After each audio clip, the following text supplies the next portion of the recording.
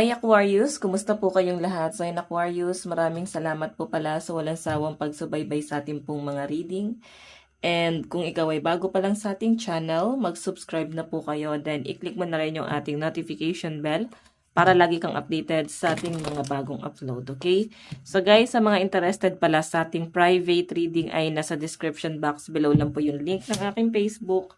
Message nyo lang po ako. And sa mga hindi naman makita yung link ng aking Facebook sa description box below, pwede niyo ako guys i-direct message na lang po sa aking Facebook. Ito lang din yung name and profile picture ko sa Facebook ko. Okay, J Tarot lang din po. So, tingnan natin.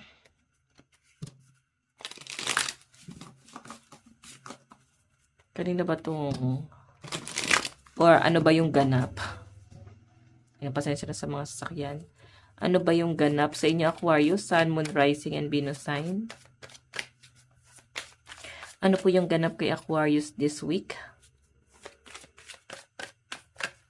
Okay.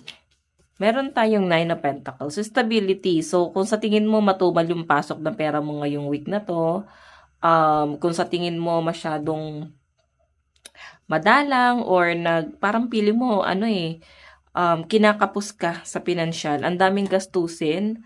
Tapos may mga binabayaran ka pang monthly dues, mga mga hulugin. So, nakikita ko sa inyo guys, yung parang ang daming delay and cancellation siguro sa mga side hustle mo, no?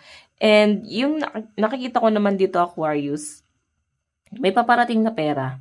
Okay, parang malaki-laki din itong paparating na to. Kumbaga, nagkakaroon lang talaga ng mga delay, pero ito mo kami paparating na pera dito. Okay, stability, ano. Tignan pa natin.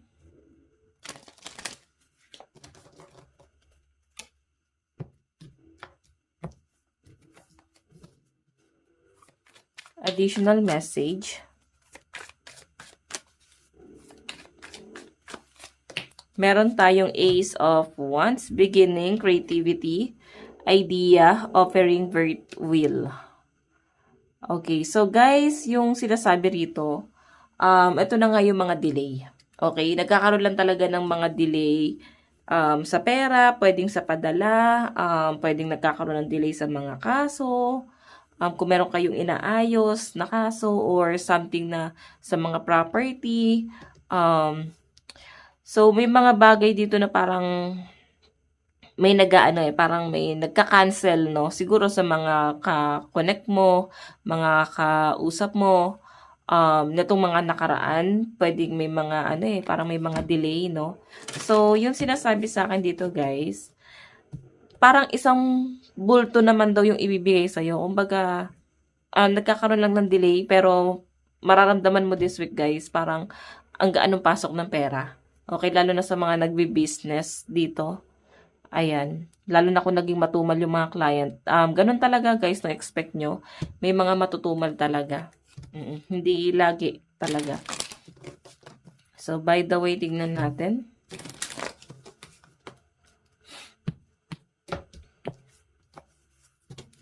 Okay, Aquarius, Sun, Moon, Rising, and Venus sign.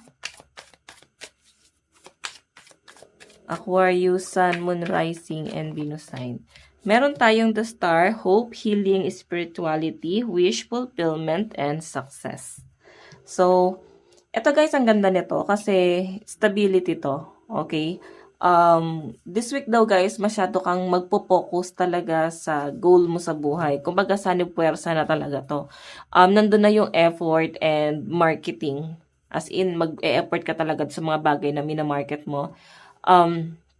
Nakikita ko guys na parang hindi ka rin naman totally na pressure din kung walang pumapasok na pera.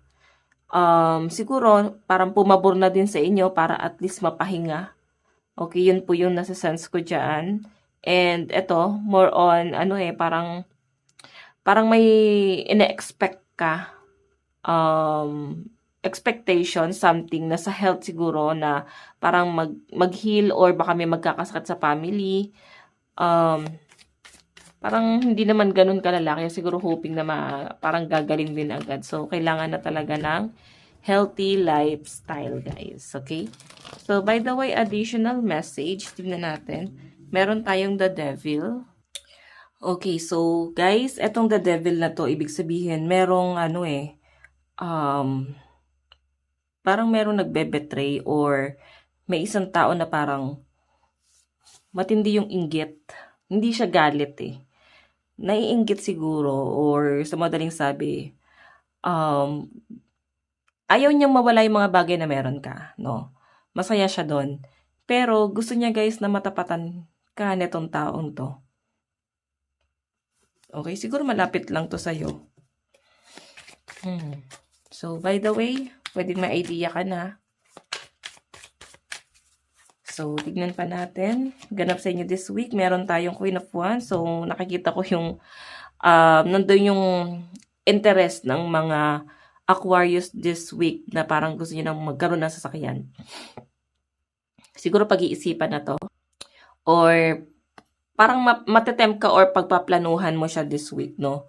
Hindi ko naman nakikita na parang agad-agad bibili ka this week. Nakikita ko lang parang napupusuan mo, then parang aaralin mo siya, aalamin mo kung ano yung mga nararapat or bagay na sasakyan para sa inyo. So, yun yung nakikita ko. Baka may plano kayong bumili ng sasakyan pero inaaral mo siya or aaralin mo siya this week. So, by the way, tignan pa natin. Meron tayong King of Cups, Romance, Chivalry leading with Heart, Imagination. So, nandun yung frustration ng mga Aquarius pagdating sa kanilang relationship.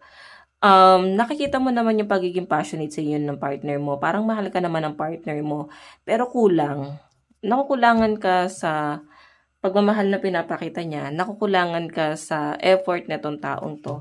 So, parang mas sanay siya na hindi kayo nag-uusap, hindi kayo nakikita. So, siguro nandun na yung frustration niya.